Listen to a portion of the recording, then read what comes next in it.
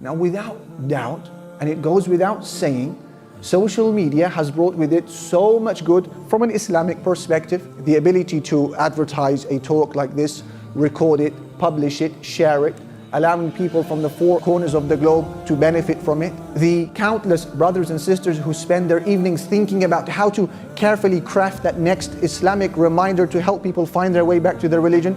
Thousands of people who found their way to Islam through social media. Qur'an that is recited, hadith that is promoted, misinformation that is corrected. La ilaha illallah. So much khair. And when someone does a good because of something you post, expect the same reward without any of their reward detracting. It has brought with it opportunities, not just from an Islamic perspective, from a non-Muslim, secular perspective, a business perspective, career perspective. LinkedIn, to know the other fellow professionals out there, to know your tribesmen, to know your family, to communicate with people in Palestine or in Yemen or in Pakistan, Somalia. It helps you discover who your cousins are, your aunties are, your greats are. Those who want to further their career, climb up the ladder, the corporate ladder. It helps you do that by Allah subhanahu wa ta'ala's permission. That's on one side of the spectrum, but on the other side of the spectrum, it has also brought with it a heap full of harms on the adults and on the children as well. Social media. A person's nightlife is quite ruined if you become obsessively addicted with social media. You can't sleep a proper full night anymore.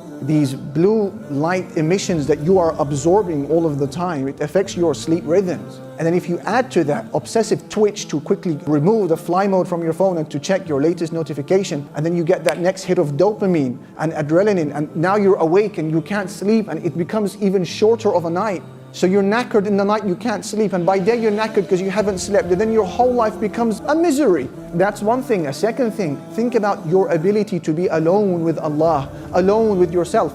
Young boys, young girls can't do that anymore because social media has, for the most part, removed that ability from us. Because every opportunity that you're not speaking to someone or working or doing something, it's an opportunity to put your hand in your pocket and to see what's going on the other side of the world. So you have no time for yourself. So with the passage of 5, 10, 15 years, you lose the ability of finding contentment with just being alone. To sit in khalwa, privacy with Allah Jalla Jalaluhu. A lot of us can't do that, especially the younger generation. You're looking outwardly all of the time, outwardly. And then when you're sat alone, you're looking outwardly into what the world is doing. You are unable to sit and to think inwardly for a moment about your Lord subhanahu wa ta'ala. And this is an issue. One of the greatest ways of boosting iman is learning how to sit alone, without a phone, without a friend, without a parent for a moment in your day or night. And for many of us, we can't do that anymore because we feel that there's value in us that's missing, so we try to find that value elsewhere. There's heaps of evidence now to prove beyond fact that some of the loneliest, saddest, most depressed and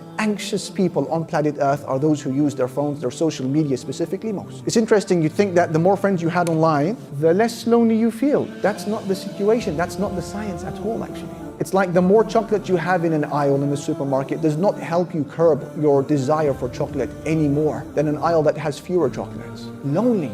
Why? Because you are constantly comparing your life, your miserable or boring life that doesn't have vacations, doesn't have business, doesn't have the latest Jordans. You're comparing your life to the highlight reel of your neighbor, to the highlight reel of someone in Australia. And they've removed all of the blemishes and the flaws of their day. So they feel lonely. Social media users feel isolated. They feel inadequate. Look at how social media has, for many people, made them completely socially incompetent, especially maybe the younger generation, Gen Z. They can't hold a long and deep and meaningful conversation with you, looking at you eye to eye. That's gone. Because over the passage of years, when you're obsessively using social media, what happens? Your mind now is hardwired and short-circuited to only be able to deal with short comments, LOLs, thumbs up, likes, hashtags, shares, and you lose the ability to become an interpersonal human being. You can't do it anymore. So social media teaches you that if there's a problem in your relationships, don't worry, you can just get out of it. Just click the block button. End of story.